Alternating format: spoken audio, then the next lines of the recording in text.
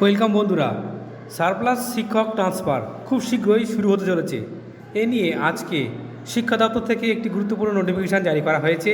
সেই নোটিফিকেশানে কি বলা হয়েছে চলুন বন্ধুরা দেখে নেওয়া যাক। এই দেখুন বন্ধুরা, আজকের তারিখ 15/1/2025।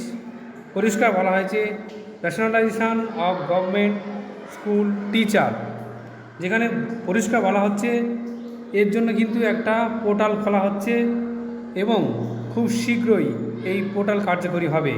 তার আগে সমস্ত প্রধান শিক্ষক, শিক্ষিকা এবং টিচার ইনচার্জ যারা রয়েছেন তাদের কাছ থেকে সমস্ত শিক্ষকের তথ্য চাওয়া হয়েছে।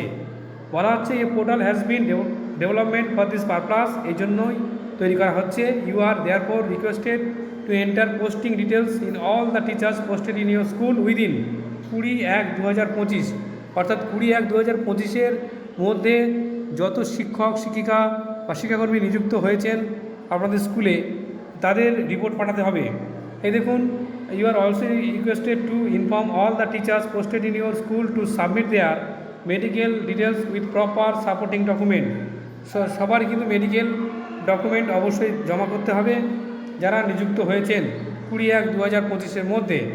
এই দেখুন, যদি বলা হচ্ছে যে information on medical issue with proper supporting document in submitted, যারা মেডিকেল ইস্যু দেখিয়ে আপনাদের বিদ্যালয়ে নিযুক্ত হয়েছেন যে সমস্ত শিক্ষক তাদের তথ্য অবশ্যই জমা করতে হবে।